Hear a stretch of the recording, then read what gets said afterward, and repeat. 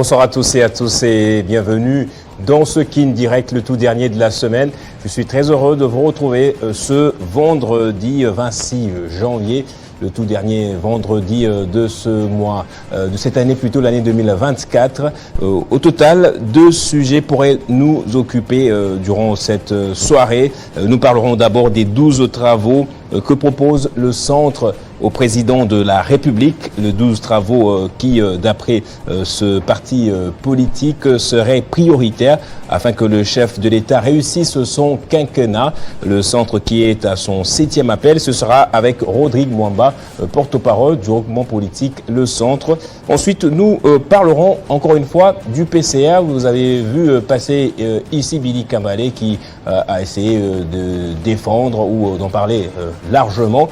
Une autre personnalité va revenir ici en la personne de Alfred Dibandi, qui est membre du parti politique AAP. Il va nous parler de son parti politique, mais également du PCR, pour quelle finalité cette plateforme a été mise en place. Mais bien avant cela, on va passer à l'actualité, les grandes lignes de l'information. Ce sera avec Nathan Diamouete qui est bien installé. Bonsoir Nathan, bienvenue à vous.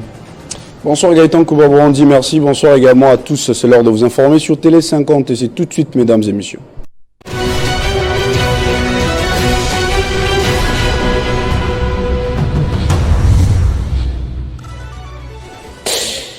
À la une de l'actualité ce soir, après avoir fait valider les sujets de sa thèse de doctorat dans les cadres de la poursuite de ses recherches en relations internationales de l'Université de Johannesburg en Afrique du Sud, les Congolais se sont montrés très enthousiasmés de voir l'ancien président Joseph Kabila Kabange dans un nouveau look avec un silence légendaire. Plusieurs Congolais se souviennent du Raïs et demandent son retour au pouvoir. Au parti lumumbiste unifié, Palou en sigle, Didier Mazenga, secrétaire général adjoint, est exclu du parti. C'est ce qui ressort d'une réunion entre cadres de cette formation politique. Didier Mazenga est accusé de plusieurs fautes lourdes.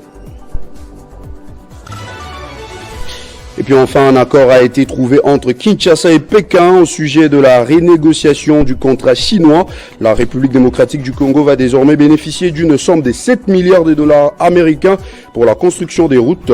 Le chef de service de l'IGF a rendu public ce vendredi les conclusions des travaux de rééquilibrage de cette convention signée en 2008. Fin de ces titres qui vous seront développés dans la grande édition des 19h avec Jenny Kaembe. Entre-temps, Kinshasa Direct se poursuit avec Gaëtan Koubabrandi et ses invités.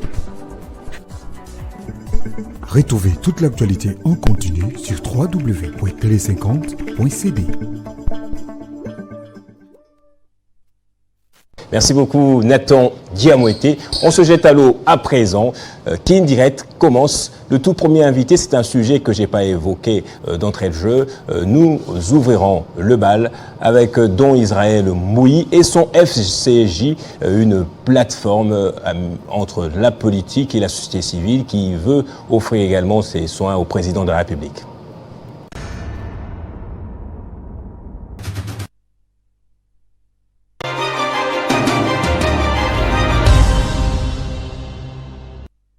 Voilà, la plateforme existe depuis le 19 janvier. En moins d'un mois, en moins de 2 semaines, je dirais, ils ont organisé des grands événements, une grande conférence au Fleuve Congo Hotel et un point de presse hier, dont Israël Mouyi est là. La jeunesse, ce n'est pas l'avenir du pays seulement. La jeunesse, c'est le passé, c'est le présent et c'est le futur. Donc la jeunesse a un très grand rôle à jouer et voilà pourquoi les jeunes sont mobilisés derrière nous, avec des amis qui sont dans le comité. Ensemble, nous disons, c'est le grand moment, c'est le bon moment d'échanger l'histoire de notre pays. Voilà. Et pourquoi avoir appelé ça Front commun? Vous n'avez pas dit à un moment donné qu'il peut y avoir ambivalence avec le Front commun qui existe déjà, le FCC et votre Front commun? Ouais. Là, vous parlez du FCC, nous, c'est le Front commun de la jeunesse. Je sais. La jeunesse se met ensemble pour changer l'histoire du pays. La jeunesse se met ensemble pour travailler cette fois-ci. On nous a mis trop en marge. Merci au président de la République depuis un certain temps. Il essaye de donner d'opportunités de plus en plus aux jeunes. Mais nous nous sommes dit, je le disais il y a quelques jours, on demande à quelqu'un de s'approcher de table quand il s'agit d'une personne qui n'a pas faim. à celui qui a faim, il s'invite à la table. C'est le grand moment de la jeunesse. C'est le moment où la jeunesse veut réellement changer l'histoire du pays. Vous savez, le président de la République, lors de son allocution, son discours d'investiture, son premier axe, il a parlé bien de la création d'emplois. De la création d'emplois par la promotion de l'entrepreneuriat des jeunes. Non, il faut bien le signifier. Création d'emplois par la promotion de l'entrepreneuriat des jeunes. Le président de la République, Félix-Antoine Tshisekedi Tshilombo, a compris que le développement du Congo ne peut passer que par la jeunesse. Le développement du Congo ne peut passer par cette classe de jeunesse entreprenante, nous autres. Et nous sommes dit, tout ce qui se fait pour la jeunesse, sans la jeunesse et contre la jeunesse, comme le président nous ouvre ses bras pour que nous travaillions, nous nous sommes dit, eh ben, nous allons partir ensemble avec lui, nous allons avancer pour que la jeunesse ait sa bonne part. J'ai bien aimé la métaphore que vous avez employée. J'aimerais bien qu'on s'y attarde un tout petit peu. On s'invite à table quand on a faim, vous avez dit, mais il faut y être aussi convié quand même. Non, vous savez, vous faites le forcing là, oui. Non, attends. Ouais.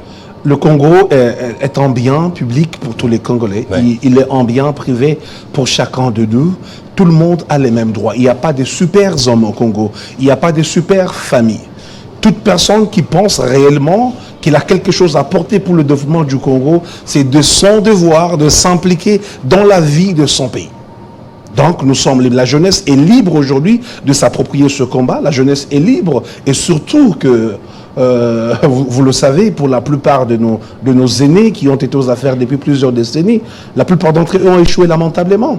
Quand bien même il y a quelques-uns qui ont fait quand même des bonnes choses, mais 80% d'entre eux, ils ont échoué. Ils ont conduit le pays là où il est, et c'est pas moi qui le dis. Le président lui-même a dit qu'il y a eu beaucoup d'erreurs du passé qu'il n'aimerait pas revoir. Et parmi ces erreurs du passé, c'est certains visages qui véhiculent avec eux l'opprobre du pays, certains visages qui véhiculent avec eux la honte du pays. Voilà pourquoi nous devons changer les choses. Et la jeunesse s'invite à cette table soi-même pour que le développement soit une réalité. Justement, c'est un combat dont vous vous appropriez hier. C'était un point de presse que vous avez organisé. Vous avez tapé le point sur la table en disant « Alerte, chef de l'État, ne vous laissez pas justement malmener par les pressions politiciennes, ne cédez à rien du tout, faites confiance à la jeunesse et vous pouvez même la surprendre en nommant un informateur qui vient de la jeunesse. Est-ce possible, cela? Oui, vous savez, le chef de l'État, il est le seul répondant de son programme. Ouais. Quand il a échoué, quand il échoue, je voulais dire, quand un président de la République échoue, on ne comptera pas les nombres de ses ministres qui ont échoué avec lui. Ouais. Quand un président de la République rate le but, pêche en manquant le but qu'il s'est fixé, on ne dira pas qu'il y avait tel ministre et tel ministre. On dira tel président a échoué parce qu'il est le seul répondant de quoi? De son mandat. Il est bien évident aussi qu'un président de la République n'a pas marché seul. Il a une famille politique, des gens qui l'ont accompagné pour avoir une victoire. Ça aussi, c'est une réalité.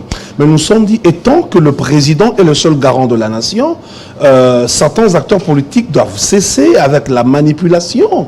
La manipulation en poussant le président contre un mur, d'une manière ou d'une autre, l'obligeant à regarder que... Mais c'est les jeux politiques, il faut peser quelque part. Justement, le FCJ pèse où, en fait? Qu'est-ce qu'il représente? Oui. Mais attends, le FCJ représente la majorité silencieuse. Le FCJ représente la majorité. Vous savez qu'on entend aujourd'hui que le Congo est composé à plus de 70% des jeunes. Même ceux qui se taguent en disant que voilà, nous avons la majorité. Mais c'est une majorité qui leur a été octroyée par le Front commun des jeunes de toute la République. Le président de la République qui a récolté 73% de quoi? Des suffrages exprimés, c'est 73%, dont plus de 70% des jeunes.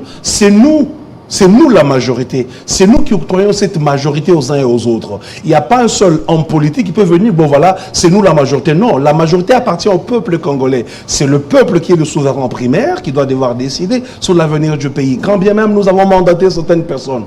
Et ces personnes doivent faire les choses dans le sens à bénir le pays, dans le sens à faire développer le pays. Mais pas dans le sens de s'accaparer du pouvoir et pour ne rien faire après. Parce que les résultats, nous les savons. Beaucoup d'entre eux Ça fait plusieurs décennies qu'ils sont au pouvoir. Ils ont travaillé avec Mobutu, ils ont travaillé avec Kabila père, Kabila fils. Le premier mandat, ils étaient là, mais pour quel résultat? Ils ont échoué lamentablement. Et je pense, même dans leur propre parti politique, il y a des jeunes dynamiques, il y a des jeunes intelligents. Ce sont ces jeunes dont nous avons besoin. Quand nous parlons du Front commun de la jeunesse, il ne s'agit nullement pas que de Don Israël, il s'agit de tous ces jeunes. Même les jeunes qui sont actifs dans les partis de l'opposition, des jeunes qui sont actifs dans les partis de la majorité.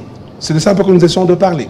Alors, il y a des mots que vous avez repris dans votre discours d'hier, des mots très durs, un peu violents, je dirais. Vous avez évoqué l'oligarchie qui existerait ici en RDC. Vous avez parlé, ça c'est mon mot que j'ai créé, de famicratie. Il y a des familles comme ça qui reviennent tout le temps. À chaque fois que l'on nomme de gouvernement, vous allez parler des vieux qui restent au poste alors qu'ils ne savent plus servir le pays. C'est par là que commence le renouvellement de la classe politique. Vous savez, le renouvellement que nous sommes en train de rechercher est un renouvellement de pensée, un renouvellement d'énergie, un renouvellement d'intelligence, un renouvellement un peu de tout. Le Congo appartient à tous les Congolais. Récemment, j'étais avec mon grand frère Jean-Marc Kassamba sur son plateau. Vous pouvez me dire que depuis que le Congo est Congo, il y a à peu près seulement 26 familles qui ont été aux affaires. Et ça, c'est incompréhensible. De tous les 120 millions d'habitants, si on peut diviser par 5, de tous ces 50 ou ces 25 millions de familles qui existeront en République démocratique du Congo, qu'il n'y ait que 25 familles qui ont pu gérer le pays au haut niveau. Nous nous sommes dit qu'il faut que nous nous invitons. L'oligarchie, nous n'allons plus accepter. Nous n'allons plus accepter cette époque des oligarques congolais, des gens qui restent au pouvoir sans rien faire. C'est là que ça blesse. Rester même au pouvoir, oui, c'est bien. Il y a des pays qui sont sous régime de royauté, mais ces pays se développent. Mais le mal au Congo, il y a une catégorie des personnes, une catégorie des familles qui se sont éternisées au pouvoir sans absolument rien faire. Nous pensons que c'est le moment du changement. Nous pensons que d'autres familles, d'autres jeunes peuvent s'y inviter. Et d'ailleurs, quand on parlait de cette oligarchie, quand on parlait de ces familles, vous allez comprendre qu'il y a dans certaines directions, par exemple, quand on nomme un mandataire public qui s'appellerait Mbouyi, vous allez retrouver pendant des décennies, il y a les Mbouyi, toutes sortes de Mbouyi qui se succèdent à cette direction. Voilà les choses, les antivaleurs, le népotisme que nous sommes en train de refuser dans cette république très très démocratique, la nôtre. Nous devons accorder la chance à tout le monde. Nous devons accorder la chance à tous ces étudiants qui viennent des universités. Notre pays, nous formons chaque année des universitaires. Et après, quand ils sont au marché d'emploi, il n'y a pas du travail parce qu'on leur demande l'expérience. D'où viendrait l'expérience? J'ai entendu quelqu'un me dire, les aînés sont expérimentés. Dont Israël, toi, tu as déjà géré quoi pour qu'on te donne quoi des responsabilités? Oui, j'ai déjà créé une entreprise, je l'ai gérée, elle s'est développée et aujourd'hui elle nourrit plus de 50 familles. Donc j'ai quelque chose, d'abord en étant seul, sans l'appui du gouvernement, j'ai pu créer et gérer une entreprise. Donc je peux me dire, il y a plusieurs jeunes comme nous, des technocrates qui peuvent servir le pays. Il n'est nullement pas question des mêmes familles qui doivent revenir, ancrer des mêmes noms dans le système. Nous sommes fatigués de cela. Nous produisons plusieurs universitaires, nous produisons plusieurs intellectuels à l'étranger comme en République démocratique du Congo, mais qui n'ont pas de débouchés, qui n'ont pas du travail. Voilà pourquoi le président de la République ose dire que son premier axe pour son quinquennat serait la création d'emplois par la promotion de l'entrepreneuriat. Voilà pourquoi nous nous sommes dit, comment est-ce qu'on peut promouvoir les jeunes sans les jeunes? Donc, le président a invité la jeunesse à la table. Apparemment, le FCJ s'attelle beaucoup plus sur cette question de création d'emplois. C'est un domaine que vous maîtrisez très bien. Vous êtes dans la sous-traitance et vous avez créé quelques emplois également. Alors, comment le FCJ compte aider le chef de l'État à créer des emplois et à promouvoir l'entrepreneuriat des jeunes? Vous savez, il n'est pas seulement question de la création d'emplois. Il y a par exemple, parce que même les emplois découlent d'une formation, il y a la formation professionnelle. Voilà un peu. Il y a la nouvelle citoyenneté qui vient avec le ministère de la Jeunesse. Il faut une bonne éducation à la jeunesse. Donc, tous ceux qui cadrent avec la jeunesse, je pense qu'il serait de droit à ce que ce soit les jeunes qui président à leur destinée. Et quant à ta question de savoir comment est-ce que le FCJ... Qu'est-ce que vous proposez, vous, le FCJ? Nous proposons des nouvelles alternatives. Nous proposons une nouvelle façon de penser. Nous proposons une nouvelle façon de diriger d'une manière technocrate. Nous proposons la technicité qu'on peut avoir. Par exemple, en dirigeant une entreprise dans le secteur minier, cette discipline qui accompagne souvent l'entrepreneur, nous disons, elle peut être bénéfique pour le pays, elle peut être bénéfique pour certaines directions qui ont besoin du renouveau. Le président de la République a tenté beaucoup de choses, il a osé beaucoup de choses, mais pour la plupart, ça titubait parce qu'il n'y avait pas des bonnes personnes qui devaient véhiculer sa pensée. Cette fois-ci, il n'a plus erreur, il n'a plus droit à l'erreur parce que c'est son dernier mandat. En tout cas, c'est son dernier mandat. Il sera le seul répondant. S'il veut inscrire son nom dans les annales de la République, il doit se référer à la jeunesse. Parce que les autres, ils nous ont prouvé leurs limites. Cette fois-ci, nous sommes disponibles pour l'accompagner. Vous avez parlé de technocratie. Le FCJ compte également beaucoup de jeunes experts. Tout à fait. De partout, de partout. Et vous savez qu'au FCJ, nous sommes ces gens, pour la plupart d'abord entrepreneurs, pour la plupart travailleurs, pour la plupart diplômés. Donc, une catégorie de jeunes. Nous nous sommes dit, on fait une sélection parce qu'il y en a de plus en plus des millions. Et vous imaginez, en moins d'une semaine, nous avions eu plus de 5000 adhésions. En moins d'une semaine, plus de 5000 adhésions. Juste pour la sortie du Front commun de la jeunesse, il y a des gens qui sont venus de l'Europe, de la France, des États-Unis, pour venir intégrer cette nouvelle façon de penser, cette nouvelle façon de vouloir bien diriger le pays. Donc, au FCJ, c'est la qualité. Quand on parle des jeunes, la plupart des gens nous disent que la jeunesse n'est pas une qualité pour diriger, mais nous disons qu'une jeunesse formée, une jeunesse capable, c'est une qualité pour diriger le pays. On peut être jeune et intelligent, on peut être jeune et diplômé, on peut être jeune et technocrate, on peut être jeune et entrepreneur. Cela fait un atout qui donne le droit aux jeunes de rêver, de penser qu'ils peuvent bien servir leur pays. Je ne voudrais pas vous poser la question de savoir est-ce que le fait d'être jeune est un atout ou je dirais une assurance de probité. Je ne veux pas poser à cette question-là parce que je sais peux quand même la ce que vous dites. Oui, ma question c'est de savoir, oui. C'est un sujet qui vous tient à cœur, il n'y a qu'à voir l'énergie que vous y déployez. En tout cas, vous êtes surtout le front dans les médias, vous sortez beaucoup de moyens, c'est beaucoup de dollars que le FCJ met sur la table. Je ne sais pas d'où est-ce que vous tirez tous ces moyens-là, mais est-ce que vous êtes sûr d'être entendu ? Est-ce que vous pensez que votre voix va vraiment porter dans ce marasme, dans ce bruit politicien? Et déjà, il faut fustiger une catégorie de jeunes qui continuent à demeurer dans des histoires pas trop bonnes. Oui, il y en a des jeunes qui ne sont pas dans la probité morale assez qu'on peut recommander, des jeunes qui sont peu recommandables. Vous avez des jeunes transformés, je vois. Oui, mais nous, quand nous prenons des jeunes avec nous, nous leur disons, bon voilà, le pays est là. Nous avons rendez-vous avec l'histoire. Déjà, au départ de tous les jeunes qui viennent avec nous, si opportunité il y aurait, quand on donnera à un jeune du FCJ l'opportunité de travailler, c'est d'abord le FCJ qui va contrôler ces jeunes avant que l'État prenne sa charge. Donc, tu pars en dehors de notre charte. Nous-mêmes, nous portons plainte contre toi, nous retirons ta... Il y a même des membres de partis politiques influents qui ont tourné kazakh, justement, parce qu'ils ont été ministres, je ne sais pas, de budget, des finances. Ils sont restés indépendants. Quoique, oui, restés indépendants, mais tout membre du FCJ est lié à notre charte. Ok. Dès l'instant que tu es signataire de cette charte, tu dois au pays le meilleur de toi-même. Dès l'instant que tu es signataire de notre charte, tu ne peux pas aller dans les antivaleurs. C'est prohibé et c'est interdit. Et c'est possible. Le Congo ne peut pas seulement véhiculer le message de la tricherie, du vol, de détournement. Le Congo peut aussi véhiculer le message d'une jeunesse capable de transformer leur vécu quotidien. Ouais. Voilà, c'est ce que nous allons essayer de faire. On va terminer par ici. C'est quoi la prochaine démarche? La prochaine démarche, c'est celle de dire à nos aînés qui nous ont dévancés, nos aînés qui ont plus d'expérience en politique que nous, nos aînés qui ont fait du chemin pour construire ce pays, mais fort malheureusement, on n'a pas pu évoluer. Dans leur propre parti politique, il y a des jeunes. Dans leur propre parti politique, il y a des nouvelles énergies, il y a des nouvelles intelligences. Ici, le Congo a besoin de gens qui peuvent développer son pays, sa terre. Alors nous leur demandons d'ouvrir des brèches. Comme on a toujours dit qu'il n'existe pas de village sans vieux, on ne va pas chasser tout le monde. Mais seulement, est-il qu'il faut de plus en plus qu'on laisse de l'espace aux jeunes, qu'on nous laisse la place de prouver ce dont nous sommes capables. Et nous pensons que le Congo sera fier d'avoir des fils comme nous autres. Le Congo sera fier d'avoir des fils, les fils du Front commun de la jeunesse que nous sommes. Merci. Merci beaucoup, Don Israël Mboyi. Je vous en prie, mon ami. Voilà, c'était le président du FCJ, le Front commun pour la jeunesse, avec sa langue bien châtiée et ses mots très bien choisis. J'espère que le mouvement, la plateforme aura de plus en plus d'adhérents. On reste ensemble pour parler encore une fois politique.